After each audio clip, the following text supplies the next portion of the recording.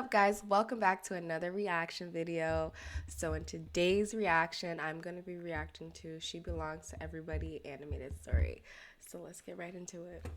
I think there's a misconception between what a good friend is and what a real friend is. You see, a good friend will go out of their way not to hurt your feelings, even though they see you going down the wrong path, which technically makes you a good friend. A real friend will call you out on your BS and not give two monkey scalps about how you feel, because at the end of the day, they know it's for your own good, even though they look like the villain at the moment. On my end of the stick, before I turned 20, I was the good friend, the nice MFer, occasionally savage sometimes, but mostly nice. All because I struggled with fear. The fear that I would lose friends if I kept it 100 with them. And this was my downfall. Aww. People would be pissed when I would muster up enough courage to tell them the truth.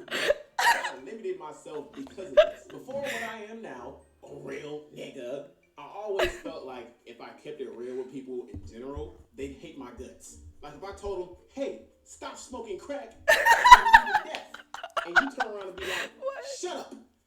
Tell me what I can and can't do with my body. I love crack. So guess what? I'm gonna smoke this crack. Why you worried about my health anyway? Because I love you. However, me now would have been like, hey, stop smoking crack. And before my homie would even blink, I would have took the crack and put it in the football player. I'm dead. So let me take y'all back to before I stopped being a yes man and achieved real nigga status. This story's already funny. It was freshman year in college, and in that year, it was a fresh start, a new beginning, a place where I could start over and get away from the torment I went through in high school.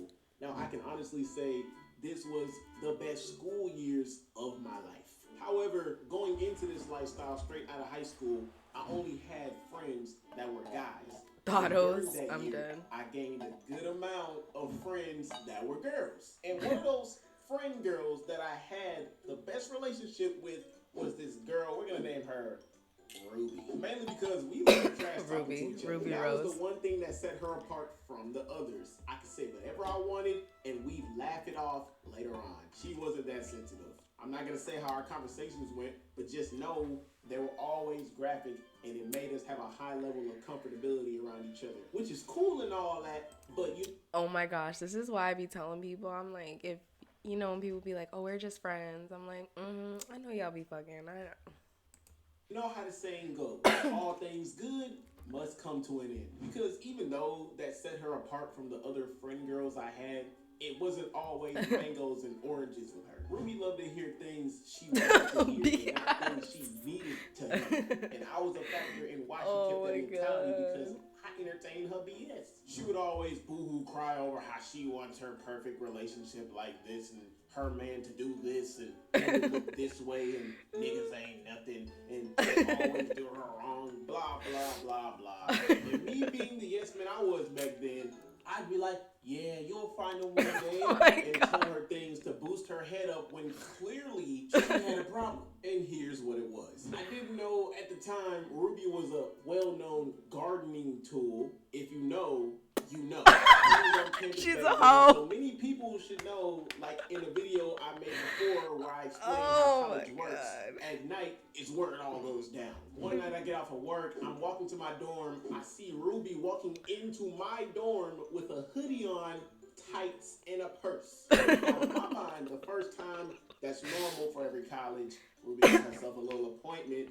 I'ma just mind my business, because that ain't got nothing to do with me, since she wants to live young, wild, and free. I wake up the next morning, I see her walk out with a dude. I'm thinking, all right, it's very clear she completed the mission. The war's over. The war wasn't over. Later the next night, the same thing happened like the night before.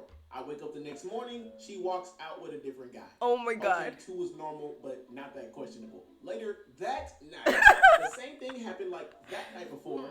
I wake up the next morning, she walks out with a different guy. Damn, okay, she's a hoe. My niggas is starting to tingle at this point. During lunch that specific day, I'll pull her over to the side and be like, yo, I see you doing your thing. You know what I'm saying?